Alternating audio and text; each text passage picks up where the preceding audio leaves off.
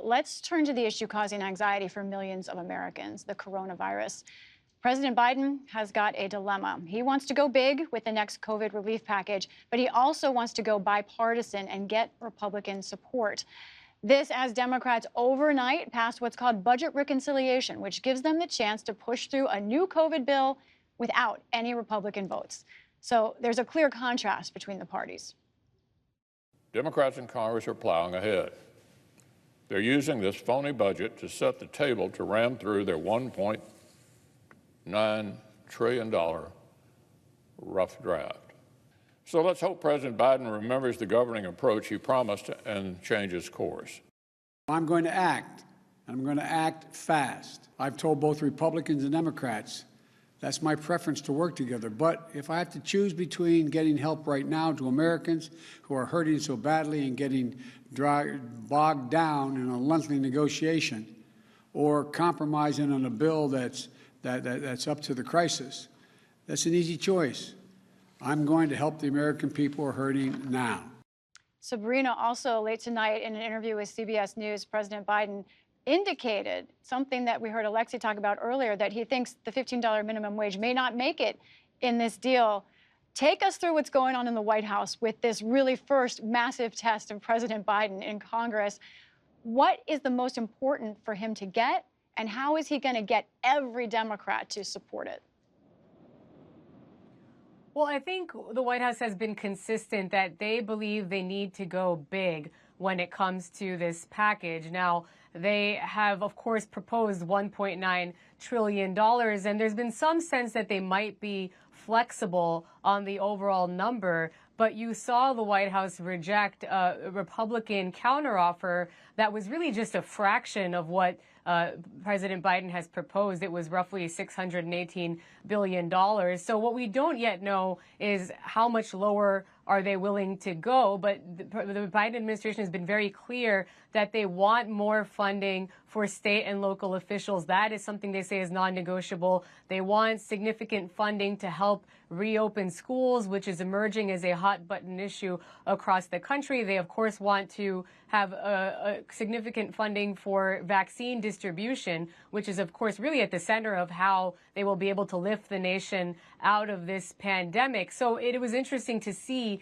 that President Biden signaled that perhaps there is some room for negotiation, for example, on the issue of a $15 minimum wage. I don't think we will see them negotiate on the question of stimulus checks, of course. That is something that they have been very clear that they believe needs to be delivered to the American people. So it's telling that they have been willing to keep the reconciliation process on the table really from the very outset. So on the one hand, they're willing to entertain negotiations with Republicans, but at some point, if there's not going to be a deal, and certainly not a number that they think is significant enough in terms of relief, then they're willing to go at it alone and pass something with a simple majority vote. Jonathan, all right, tell us how this is going to work exactly. Do you think the winds now are blowing in favor of this? Because last week, my Democratic sources, some who might surprise people, were skeptical about the $1.9 trillion number. They didn't think it was justified. It feels like that's changing. Where are we?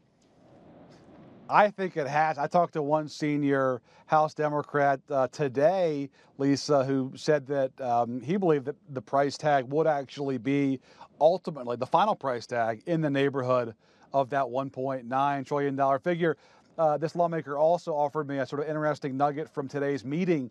Of course, the president had a number of senior House Democrats in the Oval Office today, and apparently the president in that meeting cited, yes, the polling data to point out that this proposal is very popular among a broad swath of Americans, including independents and even, yes, some folks on the GOP side. So while it may not be bipartisan necessarily in Congress, it has support of people in both parties out in the country, and the president is very conscious of that politics. Jake, does it matter if this is entirely partisan? We talk a lot about that in Washington, but getting to Jonathan's point here, will Biden take any hits if it ends up being totally partisan? I've thought a lot about that, and I think the argument from Democrats that we keep hearing is that we've just won the House, Senate, and White House. So why do we need to wait for Republicans to come to their senses? That's what they say, not me. So I think that is what's driving them.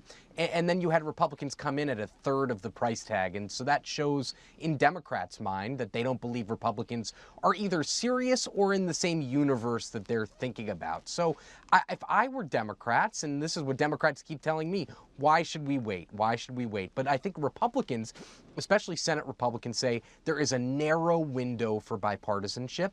This is going to set the tone for the next 2 years. So let's do this together. And remember, Lisa, you know this, the last 5 COVID relief bills were all bipartisan. Yeah. So this has been a bipartisan issue. But there are just some hurdles that you can't clear. Republicans are not going to go for the state and local funding that Democrats want. They're not going to go for $1.9 trillion. Biden can't go below $1 trillion. So I just think the Venn diagram doesn't really work out here. Congress is terrible at math and Venn diagrams, as you have just pointed out. Alexi, can you wrap this up? We started talking about the Republican divide. Democrats, obviously much easier to be united when you're in power. However, last night in the Vote-A-Rama, the series of votes that went till 5 a.m., I only made it till 4 a.m., we did see some divisions, Democrats breaking on things like fracking, even the minimum wage, undocumented immigrants. Can you talk about progressives? Are they worried that ultimately they just don't have the unity in the party to get things they want passed, like Joe Manchin? Look, I can't talk to progressive Democrats without hearing Joe Manchin's name, also Kristen Sinema's name, sometimes even Mark Kelly's name. They have a list of senators, Democratic senators, who they know will kind of be a thorn in their sides and have the potential to pull President Biden away from them and toward this more moderate direction. But, when I talk to progressives, especially folks in the Congressional Progressive Caucus, they're very acutely aware of how to become a more mature and sophisticated movement and caucus within the party. They feel strongly about trying to vote more strictly as a voting bloc and having everyone in line so that they can try to have more power. And they're also heartened by the fact that they've seen Senator Bernie Sanders, for example, working in lockstep and closely with President Biden even before he was elected president through those unity task forces. And they've had conversations at the staff level since President Biden has been elected, according to folks in Sanders' orbit. And, a number of the executive orders that President Biden signed out of the gate, progressives were happy about. So they feel like things are moving in their direction, but they're also not afraid to speak up and speak out against the Manchins, the Sinemas of the Senate, to really try to pull them in their direction, or even say, this is where the rest of the party is. Okay. You are the outlier. We are no longer the outliers, what they will say. I want to sneak in one question, if I can see all 4 of you at once, really quick. You can nod, shake your head, go, I don't know. Chances are this COVID deal actually gets passed before March. What do we think? Yes, no? No, that's what I think. I'm not surprised. I think very unlikely. March 15th probably being the main deadline. Okay.